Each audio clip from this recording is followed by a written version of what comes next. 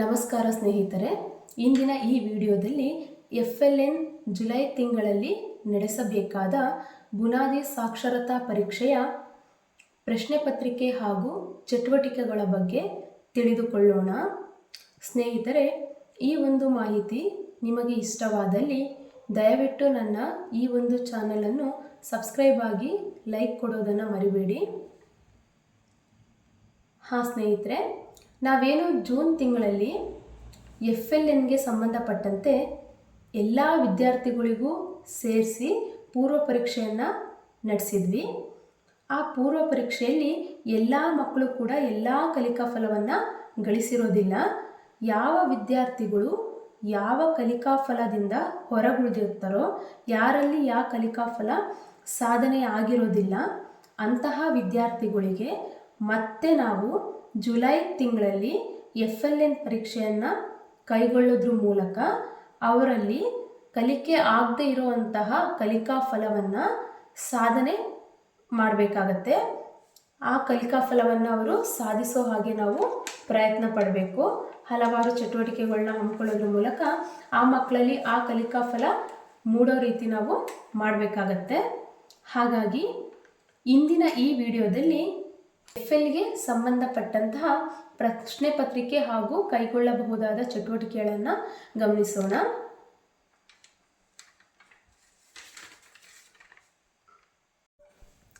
ಇಲ್ಲಿ ನೋಡಿ ಸ್ನೇಹಿತರೆ, ಈಗ ಎರಡನೇ ಚಟುವಟಿಕೆ, ವಿದ್ಯಾರ್ಥಿಗಳು ಹಿಂದಿನ ತರಗತಿಯಲ್ಲಿ ಓದಿದ ಪಠ್ಯದಲ್ಲಿನ ಚಿತ್ರಗಳನ್ನು ತೋರಿಸಿ ಅದನ್ನು ಕುರಿತು ಮಾತನಾಡುವಂತೆ ಹಾಗೂ ಸಂಭಾಷಣೆಯಲ್ಲಿ ತೊಡಗುವಂತೆ ಪ್ರೋತ್ಸಾಹಿಸುವುದು. ಅಂದರೆ ವಿದ್ಯಾರ್ಥಿಗಳು ಏನು ಈ ಹಿಂದಿನ ತರಗತಿಯಲ್ಲಿ ಕಲಿತಿರುವಂತಹ ಪಾಠಕ್ಕೆ ಸಂಬಂಧಿಸಿದಂತೆ ಆ ಪಠ್ಯದಲ್ಲಿ ಬರುವಂತಹ ಚಿತ್ರಗಳನ್ನು ತೋರಿಸೋದ್ರ ಮೂಲಕ ಅವರನ್ನು ಪರಸ್ಪರ ಸಂಭಾಷಣೆ ಮತ್ತು ಮಾತುಕತೆಯಲ್ಲಿ ತೊಡಗುವಂತೆ ಪ್ರೋತ್ಸಾಹಿಸಬಹುದು. ಇದಕ್ಕೋಸ್ಕರ ನಾವು ವಿದ್ಯಾರ್ಥಿಗಳ 4-5 ಜನರ ವಿದ್ಯಾರ್ಥಿಗಳ ಗುಂಪಾಗಿರ್ಬೋದು ಅಥವಾ 5-6 ಜನರ ವಿದ್ಯಾರ್ಥಿಗಳ ಗುಂಪುಗಳನ್ನು ರಚಿಸುವುದರ ಮೂಲಕ ಅವರನ್ನು ಪರಸ್ಪರ ಸಂಭಾಷಣೆಯಲ್ಲಿ ತೊಡಗುವಂತೆ ಮಾಡಬಹುದು.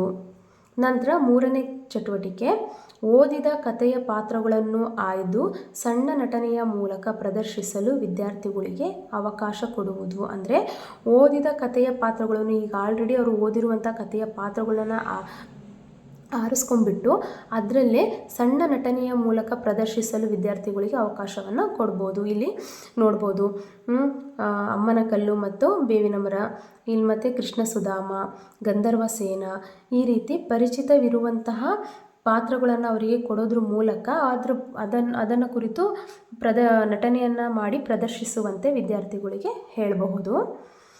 ನಂತರ ಮುಂದಿನ ಚಟುವಟಿಕೆಯನ್ನು ನೋಡಿ. ಇಲ್ಲಿ ಪ್ರತಿಯೊಬ್ಬ ವಿದ್ಯಾರ್ಥಿ ಒಂದು ಪುಸ್ತಕವನ್ನು ಹಿಡಿದು ಅದರ ಶೀರ್ಷಿಕೆ, ಲೇಖನದ ಹೆಸರು,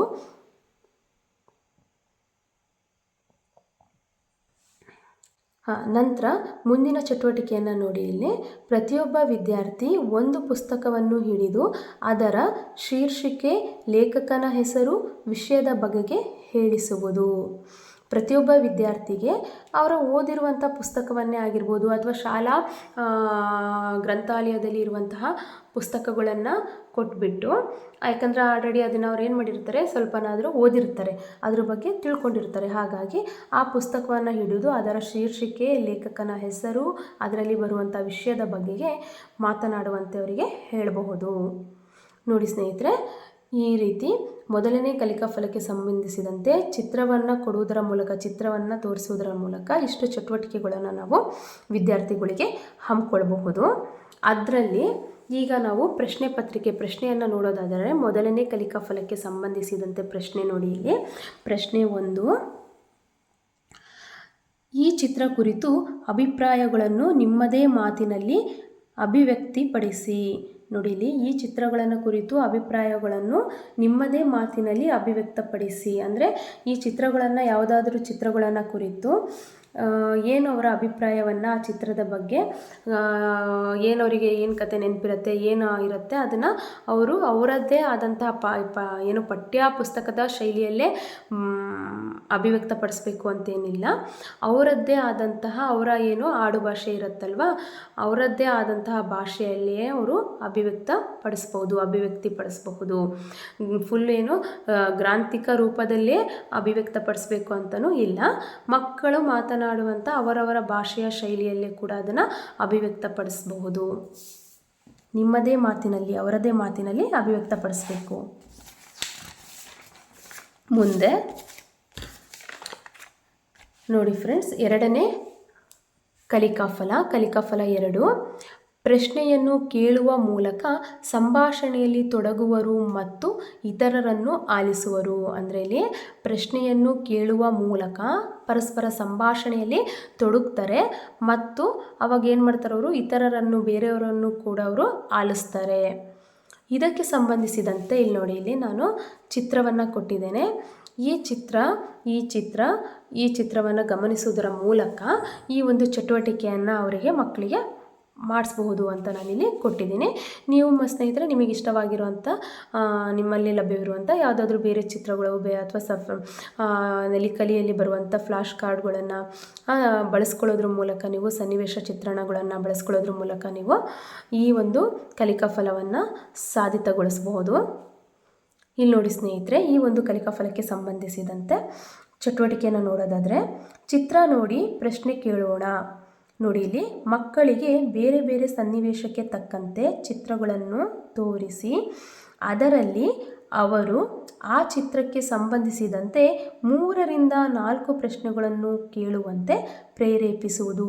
ಕನಿಷ್ಠ ಒಂದು ಚಿತ್ರವನ್ನು ತೋರಿಸೋದ್ರ ಮೇಲೆ ವಿದ್ಯಾರ್ಥಿಗಳು ಅದರಲ್ಲಿ ಕನಿಷ್ಠ ಪಕ್ಷ 3-4 ಪ್ರಶ್ನೆಗಳನ್ನಾದರೂ ಕೂಡ ಅವರು ಕೇಳುವಂತೆ ನಾವು ಏನು ಮಾಡಬೇಕು, ಅವರನ್ನು ಪ್ರೋತ್ಸಾಹಿಸಬೇಕು ಅಥವಾ ಪ್ರೇರೇಪಿಸಬೇಕು. ನೋಡಿ, ಇಲ್ಲಿ ಉದಾಹರಣೆಗೆ, ಈ ವ್ಯಕ್ತಿ ಯಾರು? ಈ ಹುಡುಗ ಎಲ್ಲಿಗೆ ಹೋಗಿದ್ದಾನೆ? ಅಂಗಡಿ ಮಾಲೀಕನ ಕೈಯಲ್ಲಿ ಇರುವ ತರಕಾರಿ ಯಾವುದು? ಚಿತ್ರದಲ್ಲಿ ಕಾಣಿಸುವ ತರಕಾರಿಗಳ ಹೆಸರನ್ನು ಬರೆಯಿರಿ. ಚಿತ್ರದಲ್ಲಿ ಕಾಣಿಸುವಂತಹ ತರಕಾರಿಗಳ ಹೆಸರನ್ನು ಬರೆಯಿರಿ. ನಂತರ, ಹುಡುಗ ಎಲ್ಲಿಗೆ ಹೋಗುತ್ತಿದ್ದಾನೆ? ಚಿತ್ರದಲ್ಲಿ ಇರುವ ಬಸ್ಸಿನಲ್ಲಿ ಎಷ್ಟು ಮಕ್ಕಳಿದ್ದಾರೆ? ಚಿತ್ರದಲ್ಲಿ ಇಲ್ಲಿರುವಂಥ ಬಸ್ನಲ್ಲಿ ನಮಗೆ ಎಷ್ಟು ಮಕ್ಕಳು ಕಾಣಿಸ್ತಿದ್ದಾರೆ? ಹಿಂದೆ ಎಷ್ಟಾದರೂ ಇರ್ಬೋದು, ಎಷ್ಟು ಮಕ್ಕಳು ಕಾಣಿಸ್ತಿದ್ದಾರೆ ಅದನ್ನು ಮಾತ್ರ ಇಲ್ಲಿ ಹೇಳಬೇಕಾಗತ್ತೆ. ಹುಡುಗ ಶಾಲೆಗೆ ಹೇಗೆ ಹೋಗುತ್ತಿದ್ದಾನೆ? ಈ ರೀತಿ ನಮಗೆ ಒಂದು ಇದರಲ್ಲಿ ನೋಡಿ, ಚಿತ್ರಕ್ಕೆ ಸಂಬಂಧಿಸಿದಂತೆ ನಾವು ಒಂದು ಕನಿಷ್ಠ ಪಕ್ಷ ನಾವು 3-4 ಪ್ರಶ್ನೆಗಳಾದರೂ ಮೂಡುವಂತೆ, ಕನಿಷ್ಠ ಪಕ್ಷ 3 ಪ್ರಶ್ನೆಗಳಾದರೂ ಇರುವಂತೆ ನಾವೇನು ಮಾಡಬೇಕಿರುತ್ತೆ, ಇಲ್ಲಿ ಪ್ರಶ್ನೆಗಳನ್ನು, ಪ್ರತಿಯೊಂದು ಚಿತ್ರಗಳನ್ನು ಗಮನಿಸೋದ್ರ ಮೂಲಕ ಪ್ರಶ್ನೆಗಳನ್ನು ನಾವಿಲ್ಲಿ ಮಕ್ಕಳು ತೆಗೆಯುವಂತೆ ನಾವು ಅವರಲ್ಲಿ ಪ್ರೇರೇಪಿಸಬೇಕಾಗತ್ತೆ, ಎಂಕರೇಜ್ ಮಾಡಬೇಕಾಗತ್ತೆ. ಪ್ರತಿಯೊಂದು ಚಿತ್ರಕ್ಕೆ ಸಂಬಂಧಿಸಿದಂತೆ ಅವರೊಂದು ಕನಿಷ್ಠ ಪಕ್ಷ 3-4 ಪ್ರಶ್ನೆಗಳನ್ನಾದರೂ ತೆಗೆಯುವಂತಹ ಸಾಮರ್ಥ್ಯ ಅವರಲ್ಲಿ ಇರಬೇಕು. ಇಲ್ಲಿ ನೋಡಿ, ನಂತರ ಈ ಚಿತ್ರಕ್ಕೆ ಸಂಬಂಧಿಸಿದಂತೆ ಈ ಚಿತ್ರದಲ್ಲಿ ಇರುವ ಮರಗಳು ಎಷ್ಟು? ಈ ಚಿತ್ರದಲ್ಲಿ ಎಷ್ಟು ಪಕ್ಷಿಗಳಿವೆ? ಈ ಚಿತ್ರದಲ್ಲಿ ಇರುವ ಪ್ರಾಣಿಗಳ ಹೆಸರನ್ನು ಬರೆಯಿರಿ. ಹೀಗೆ ಇನ್ನು ಮುಂತಾದ ಕೆಲವೊಂದೆರಡು ಪ್ರಶ್ನೆಗಳನ್ನು ಕೂಡ ನಾವು ಹಾಕೊಳ್ಳೋದ್ರ ಮೂಲಕ ಈ ಕಲಿಕಾಫಲ ಏನಿದೆ, ಈ ಕಲಿಕಾಫಲ ಮಕ್ಕಳಲ್ಲಿ ಸಾಧಿತವಾಗುವಂತೆ ನಾವು ನೋಡ್ಕೋಬಹುದು. ಈಗ ನೋಡಿ, ಇಲ್ಲಿ ಪ್ರಶ್ನೆ ಸಂಖ್ಯೆ 2. ಈ ಕಲಿಕಾಫಲಕ್ಕೆ, ಎರಡನೇ ಕಲಿಕಾಫಲಕ್ಕೆ ಸಂಬಂಧಿಸಿದಂತೆ ಇಷ್ಟು ಚಟುವಟಿಕೆಗಳಾದವು. ಎರಡನೇ ಕಲಿಕಾಫಲಕ್ಕೆ ಸಂಬಂಧಿಸಿದಂತೆ ಇವಿಷ್ಟು ಏನಾದವು, ಚಟುವಟಿಕೆಗಳಾದವು. ಈಗ ನಾವು ಪ್ರಶ್ನೆಯನ್ನು ನೋಡೋದಾದರೆ, ಇಲ್ಲಿ ನೋಡಿ ಫ್ರೆಂಡ್ಸ್, ಚಿತ್ರಕ್ಕೆ ಸಂಬಂಧಿಸಿದಂತೆ ಪ್ರಶ್ನೆಗಳನ್ನು ಕೇಳುವ ಮೂಲಕ ಚರ್ಚೆಯನ್ನು ಮುಂದುವರೆಸುವುದು. ಈ ಚಿತ್ರಕ್ಕೆ ಸಂಬಂಧಿಸಿದಂತೆ ಪ್ರಶ್ನೆಗಳನ್ನು ಕೇಳುವ ಮೂಲಕ ಚರ್ಚೆಯನ್ನು ಮುಂದುವರಿಸುವಂತೆ ಏನು ಮಾಡಬೇಕು, ಶಿಕ್ಷಕರು ನೋಡ್ಕೋಬೇಕು. ಚಿತ್ರಕ್ಕೆ ಸಂಬಂಧಿಸಿದಂತೆ ಈ ಚಿತ್ರವನ್ನು ತೋರಿಸ್ಬಿಟ್ಟು ಆ ವಿದ್ಯಾರ್ಥಿಗಳಲ್ಲಿ ಚಿತ್ರಕ್ಕೆ ಸಂಬಂಧಿಸಿದಂತೆ ಪ್ರಶ್ನೆಗಳನ್ನು ಕೇಳುವಂತೆ ಆ ಮಕ್ಕಳನ್ನು ನಾವೇನು ಮಾಡಬೇಕು, ಪ್ರೇರೇಪಿಸಬೇಕು.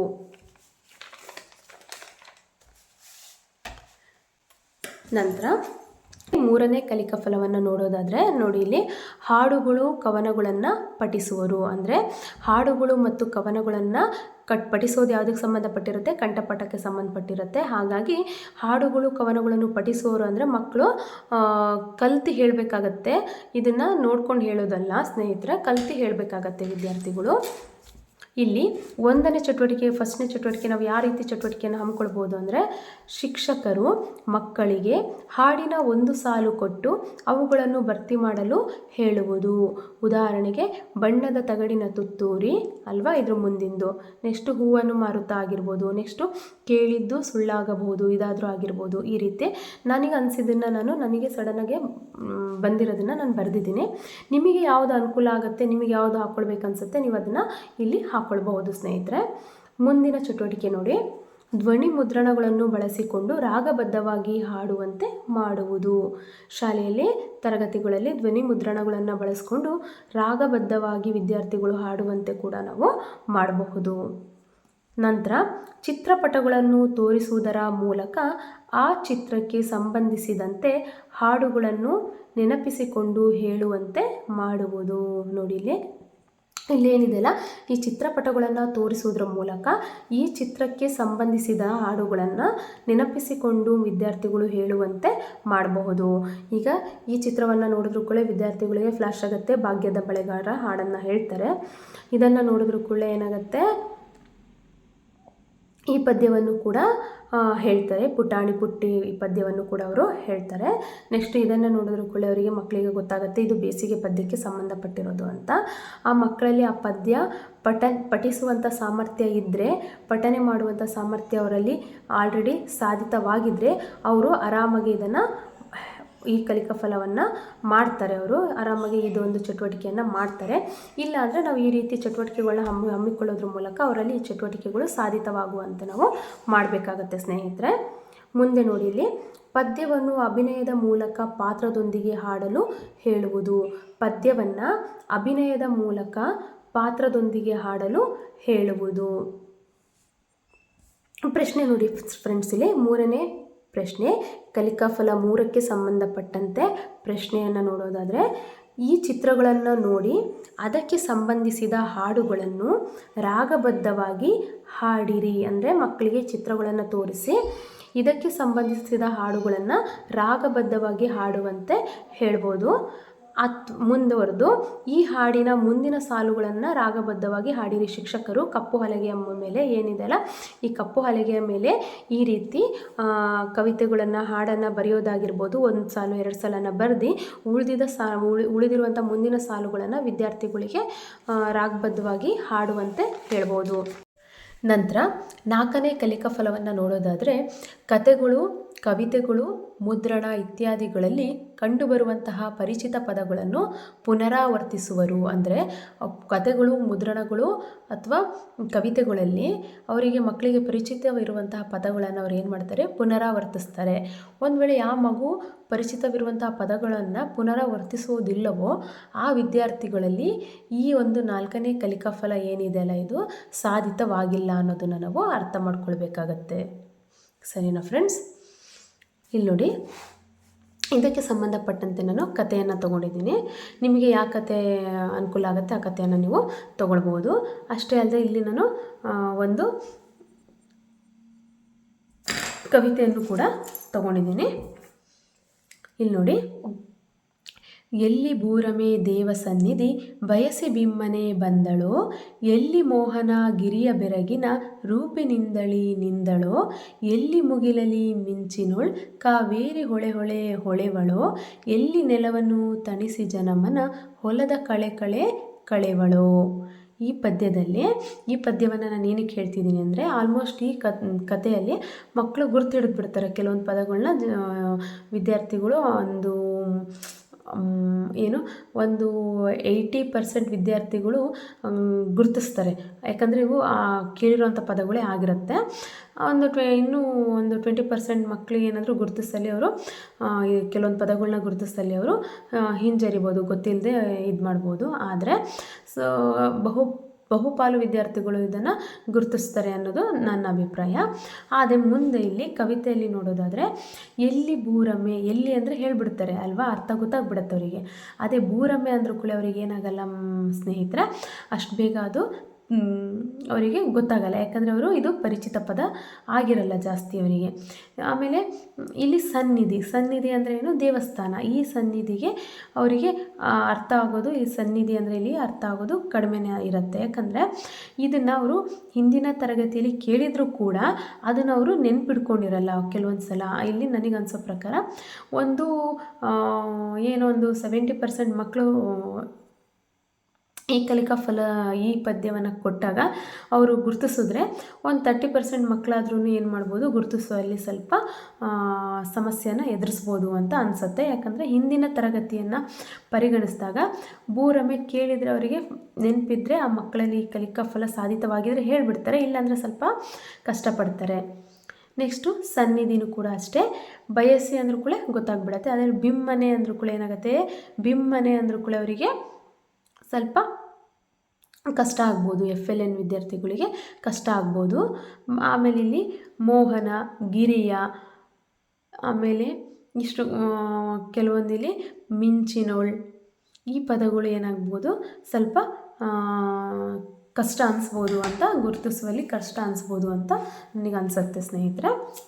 ಹಾಗಾಗಿ ನಿಮಗೆ ಯಾವ ಕತೆ ಕವಿತೆಯನ್ನು ಹಾಕ್ಕೊಳ್ಬೇಕು ಅನಿಸುತ್ತೆ ಅವರನ್ನು ಕರೆಕ್ಟಾಗಿ ನೀವು ಏನು ಪರೀಕ್ಷಿಸಬೇಕು ಅಂದರೆ, ಇಲ್ಲೊಂದು ಈಸಿ, ಸ್ವಲ್ಪ ಇದಕ್ಕಿಂತ ಇದು ಸ್ವಲ್ಪ ಈಸಿ ಅನಿಸುತ್ತೆ.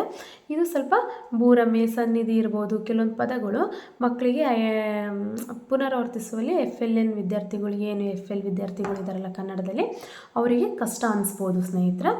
ಹಾಗಾಗಿ ನಿಮಗೆ ಯಾವುದು ಅವ್ರನ್ನ ಕರೆಕ್ಟಾಗಿ ಇಲ್ಲಿ ನಾವೇನು ಮಾಡಬೇಕಂದ್ರೆ ಅಳಿಬೇಕಾಗತ್ತೆ. ಫಸ್ಟು ಮಕ್ಕಳನ್ನು ನಾವು ಗುರುತಿಸ್ಕೊಳ್ಬೇಕು ಅಂದಾಗ ಇಲ್ಲಿ ಈಸಿ ಇರೋದನ್ನು, ಕೆಲವೊಂದು ಪದಗಳು ಸ್ವಲ್ಪ ಡಿಫಿಕಲ್ಟ್ ಇರೋದನ್ನು, ಸ್ವಲ್ಪ ಅವರಿಗೆ ಡಿಫಿಕಲ್ಟ್ ಅಂತ ಅನಿಸಿರೋದನ್ನು ಕೊಟ್ಟಾಗ ಮಗು ಹೇಗೆ ಇಲ್ಲಿ ಹೇಗೆ ಭಾಗವಹಿಸುತ್ತೆ, ಯಾವ ರೀತಿ ಪಾಲ್ಗೊಳ್ಳುತ್ತೆ, ಯಾವ ರೀತಿ ಚಟುವಟಿಕೆಯನ್ನು ಮಾಡುತ್ತೆ ಅನ್ನೋದ್ರ ಮೂಲಕ ನಾವು ಅವರನ್ನು ಗುರುತಿಸ್ಬೋದು ಸ್ನೇಹಿತರೆ.